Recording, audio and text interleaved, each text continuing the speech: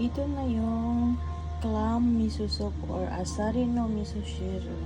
Hey guys, may clams ako dito guys. Gagawin kong Japanese miso soup.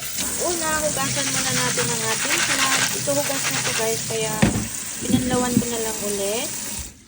Tapos natin hugasan, magpakulo tayo ng tubig. Guys, nagpakulo na ako ng tubig para sa ating miso soup. Guys, kumulo na ang ating tubig na pinainit. Ilagay na natin ang ating clams.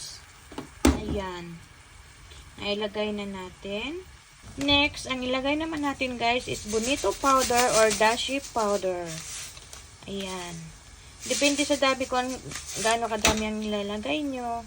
Tapos, hintayin lang natin kumulo. Tapos, itong miso paste ang gagamitin natin ngayon guys. Ito yung ginagamit namin dito sa bahay. Ito yung brand.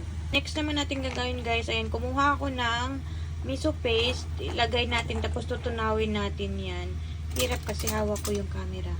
Tutunawin lang natin yan. And after natin tunawin, ito na yung itsura niya guys. Pakuluin lang natin to. Tapos titikman natin kung sakto na yung lasa niya. Yung sa akin okay na. Pag kulang pa yung lasa niya guys, pwede nyong dagdagan.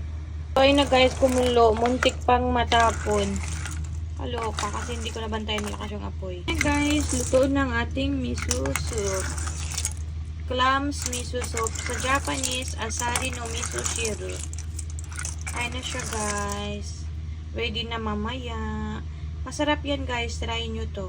Ito na siya guys. Ilipat na natin sa lagayan. Ayan.